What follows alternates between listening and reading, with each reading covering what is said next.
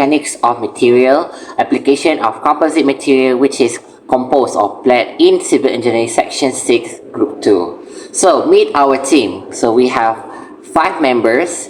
Darren Anak Jambang, CF220024, Glima Anak Peter, AF220038, Gabriel Raja AP, Jacob Paul, AF220125, Umi Hafna binti Muhammad Zaini, CF220001, and Muhammad Aki Afzan bin Muhammad Arifin, CF220009. So, in our agenda for this project is introduction, literature finding, methodology and data collection, calculation, summary and conclusion. So, moving on for our introduction part, solid material can be divided into 4 categories: polymers, metals, ceramic and carbon, which considered as a separate class because of its unique characteristic. We find both reinforcement and matrix material in all 4 categories. This gives us ability to create a limitless number of new single material systems which have a unique properties that cannot be obtained with a single monolithic material. Composites are multifunctional material having unprecedented mechanical and physical properties which can be molded to meet the requirement of a particular application. Regardless of their surrounding, composite will never rust, although they are vulnerable to corrosion when attached to metal parts. They can keep their shape whether it's hot or cold, wet or dry, thanks to their high dimensional stability. Engineers prefer composite materials compared to traditional materials because they are more cost effective to maintain and provide a long-term stability for the structure that are intended to last for decades. Composite allows us for particular consolidation. A single composite part can be replaced or fully assembled of metal part. The surface texture can be altered to mimic to any finish, whether it's smooth to texture. In this section, we provide an overview of composite material. Then we consider the properties of reinforcement and matrix material, properties of composite and application of section of composite material. Hi and Assalamualaikum. My name is Muhammad Akil Afzan bin Muhammad Arifin and I am from group 2. I'll be going to present.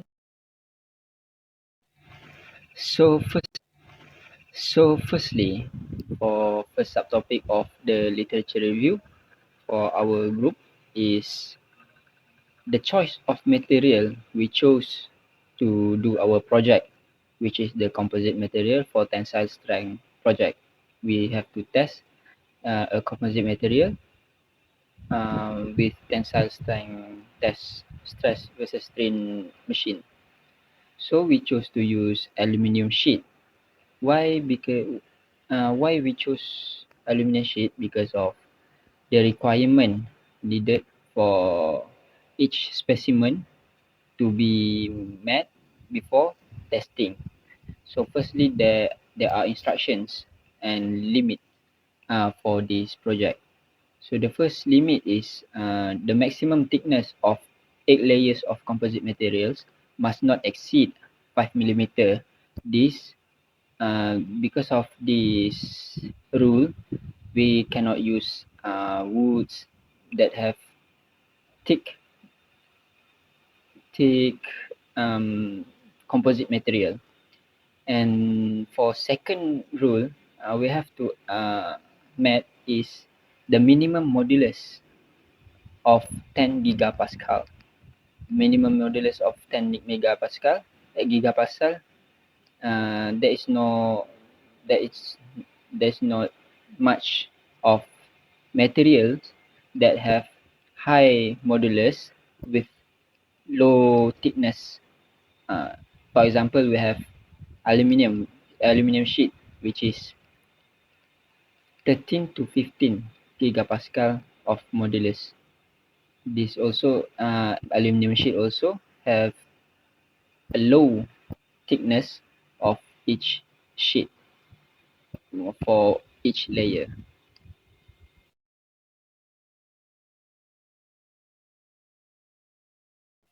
For the next slide is stress and strain. Stress and strain is often mentioned for mechanics of materials. This is due to the relation of stress and strain that have to product a modulus. So for example, the first slope of first region of stress versus strain graph is the Young modulus. So from there we can gain the Young modulus by doing the stress and strain graph. Uh, Otherwise, we can also can use the linear formula, which is y is equal to mx plus c, where we can get by plotting the graph in Microsoft Word, Excel, or PowerPoint. We can gain the m value, which is slope. By doing this, we can gain the Young modulus of the materials. Hence, we don't have to calculate it manually by using the difference of y divided by difference of x, and then we can get the modulus Young. Also, the stress, we also know that stress is equal to load over area. The area, we have to keep in mind that the area we want to use is not the surface area from the top. We want to use the surface area of cross section, which is where the material, the composite material is tested. So the in between the cross section is where we will use the area for calculation of stress. Meanwhile, for strain, we take the extension of the graph or the specimen divided by the original length. For the next slide, okay, for the third subtopic of this chapter 2, literature review is Young modulus that I have explained in the last slide, which is Young modulus is the relation of stress and strain of a material under the test. And Young modulus also represents the strength of materials and its rigidity. From the graph given, we can identify Young modulus, and also we can identify if the item is strong enough to be made for a structure, building, or any other test we want to use in civil engineering area. Okay. So lastly, for chapter 2 is composite material. So first, what is composite material? Composite material is a combination of materials, uh, two or more materials. For example, there are plywood and there are aluminum sheet. If we combine these two, then that is a composite material of combination of aluminum sheet and wood, plywood. In our case, the composite material we used is aluminum sheet alone for the main material, but we also use the adhesive glue, adhesive done adhesive to stick them together. We want to combine and merge them into one body. However, moreover, composite material also increase the strength of a material. For example, there is one layer of tissue or one layer of A4 paper. We can tear it apart very easily, and without hard force, we can tear it very easily because of one layer. The because of the paper has low modulus and it's only one layer. Meanwhile, if we make it as a composite material, we stick it with a glue or adhesive to make it a body which has cross-section area of somewhat 20 millimeter square or any dimension. We can make the A4 paper strong enough to withstand high force. That's why the composite material also enhance the strength of a material. Okay, I will explain about the apparatus that we need in this experiment or on this project. There are 6 apparatus that we need. First one is a double gum. Second one is a ruler. Third one is the safety hand glove. The fourth one is a left cut aviation snip. The fifth is a marker pen, and the last one is a tension testing machine. Okay, Next, I will explain about the project cost. For this project, the cost that we use to finish this project is RM74 ringgit. First one, okay, I will explain for each cost or each price for apparatus that we buy. First one is aluminum sheet. The cost of the aluminum is RM27 ringgit. Next one is a double adhesive glue. It costs RM14 ringgit. And next one is a left cut aviation snip. It's RM28 ringgit. And the last one is a safety hand glove. It costs RM5 ringgit. Next, I will explain about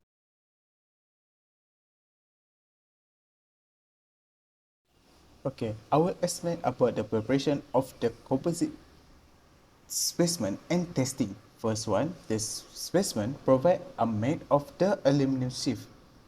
Second is to measure the specimen by following the requirement that have been given. Each specimen requires 8 layers of the aluminum sheet.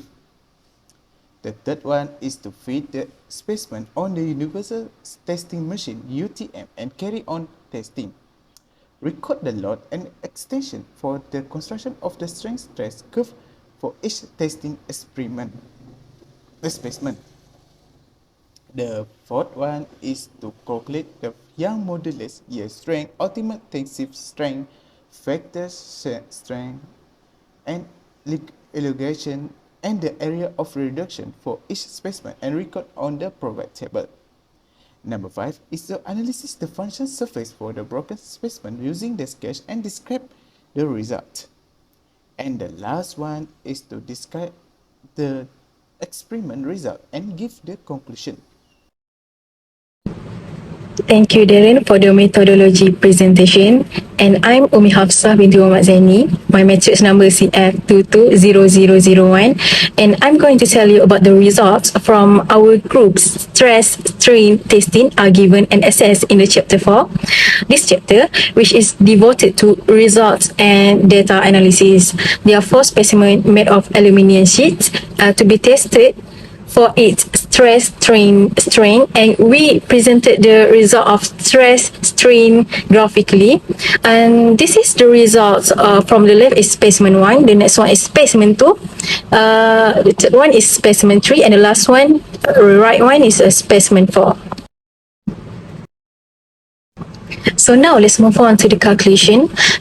Essential characteristics of a material of its Young modulus. It is intended to be displayed as a material stiffness, or how easily the material to be stretches. In this project, we can also analyze utilizing this law on the first section. Young modulus may be computed by dividing the stress over strain. On the resulting graph, a slope can be created, allowing for the calculation of Young modulus known as E. Okay.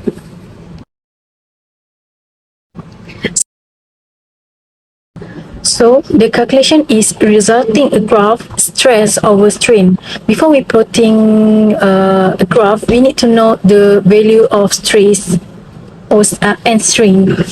Okay, so for the specimen 1, it's already given width, thickness, and also the length. Width we got 20 millimeter, thickness 2 millimeter, and length 200 millimeter. And we also obtain the value of the extension and load. Extension and load, we obtain it by testing a specimen in the lab, so it automatically given the value of extension and also a load. So strain. So now how we gain a value of a strain? So the formula of a strain is delta L, you divide by the L length. So delta L is an extension, so you need to divide the extension, you divide with the length. Length that was given is 200. So that's how you getting a value of the strain. So for the formula of the stress, first divide by the A is a cross-sectional area of specimen and already given. The value is 40 millimeter. And first, we need to know, you need to get the value of the load. You multiply with the thousands and you divide by the A. A is 40 millimeter and you get the answer. After you calculate and obtain the value, stress and strain, so that's how. So then you can plot the graph stress versus strain, and after you plotting the graph stress versus strain, so then you need to find what is the value of ultimate tensile strength UTS, as known as the max stress. So how to find the value of the ultimate tensile strength?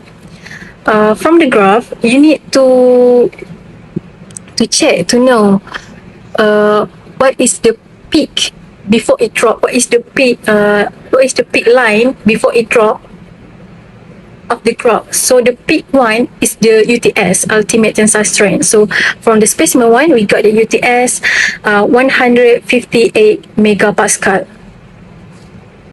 After that, we need to plot a first section of slope region as known as modulus. We have two ways on how to get the slope or gradient. Firstly, by calculation method. So by calculation method, we take 2 points. One point is at the top slope, and another point is bottom slope. Then by the formula given is m equal to difference of y. We divide with the difference of x. And the second method is by using linear equation function, which is y equal to mx plus c. So then, by focus on the first slope, by constructing second graph, we can get a linear equation from Microsoft Word graph features, and then we can get linear equation, which is y, any number given, y equal to any number given, you multiply with the x plus c. R square is to indicate that the first slope of the region is close to a linear line, where R square is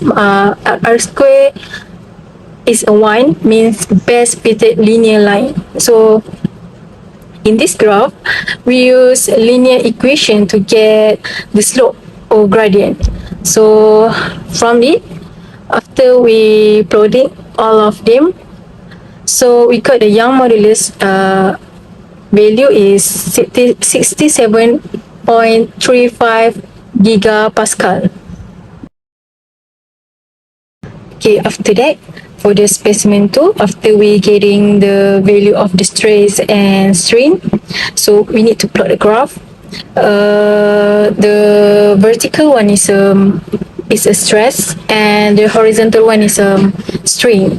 And then we plotting a graph, and once again I said before, for the ultimate tensile strength, we need to get the value at the peak of the graph, and the peak of the graph is the value is 132 megapascal. And then after getting it, we need to plot a first section of slope region, and we've got the Young modulus E is 52.523 gigapascal. Okay, after that, for the for the specimen 3, the graph of stress versus strain the ultimate tensile strength value is 158 megapascal. We take it from the peak value, peak graph, peak line. And for the second graph is the first section of slope region. As this specimen 3, we had an error at the start of the test because the result of the specimen 3 graph is constant at the start of the graph. So from that, the Young modulus that we get is 42.611 gigapascal. So for the And lastly, for the specimen 4, the first graph is stress versus strain.